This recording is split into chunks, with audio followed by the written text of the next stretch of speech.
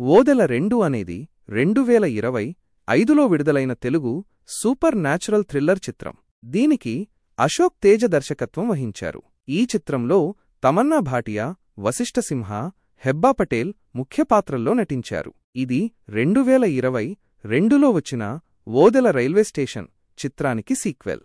కథ: తొలి భాగంలో తన భర్త తిరుపతిని చంపినందుకు రాధా జైలుకు వెళుతుంది. అయితే తిరుపతి ఆత్మ తిరిగి వచ్చి ఊరిలోని కొత్తగా పెళ్లైన ఆడవాళ్లను చంపడం మొదలుపెడుతుంది. భయపడిన గ్రామస్థులు రాధాను సహాయం అడుగుతారు. తన చెల్లెలు భైరవి, తమన్నా ఒక నాగసాధ్వి మాత్రమే ఈ దుష్టశక్తిని ఎదుర్కోగలదని రాధా చెబుతుంది. భైరవి గ్రామానికి వస్తుంది.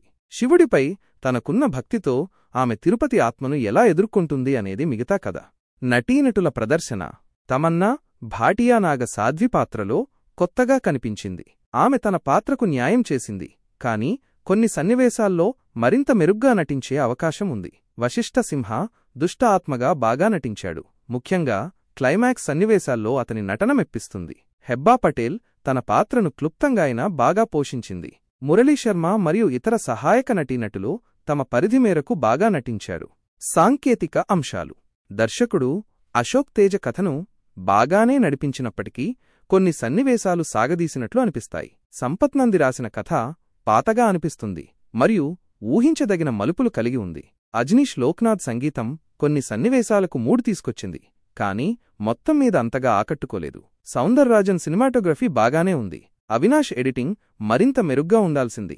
చాలా సన్నివేశాలు ఎక్కువసేపు ఉన్నట్లు అనిపిస్తాయి. విఎఫ్ఎక్స్ అంతగా ఆకట్టుకోలేదు. ప్లస్ పాయింట్లు: తమన్నా భాటియా కొత్త అవతారం, వశిష్ఠ సింహ నటన, కొన్ని భయానక సన్నివేశాలు. మైనస్ పాయింట్లు: ఊహించదగిన కథ, నెమ్మదైన కథనం, బలహీనమైన విఎఫ్ఎక్స్, కొన్ని చోట్ల సాగదీసినట్లు అనిపించే సన్నివేశాలు. మొత్తంగా ఓదెల 2 కొన్ని ఆసక్తికరమైన అంశాలు ఉన్నప్పటికీ ఒక సాధారణ సూపర్ న్యాచురల్ థ్రిల్లర్గా మిగిలిపోతుంది. తమన్నా మరియు వశిష్ఠ నటన బాగున్నప్పటికీ బలహీనమైన కథ మరియు సాంకేతిక అంశాలు సినిమాను నిరాశపరుస్తాయి. మీరు సూపర్ న్యాచురల్ థ్రిల్లర్లను ఇష్టపడితే ఒకసారి చూడొచ్చు, కానీ అంచనాలు లేకుండా వెళ్లడం మంచిది. రేటింగ్ 2.5/5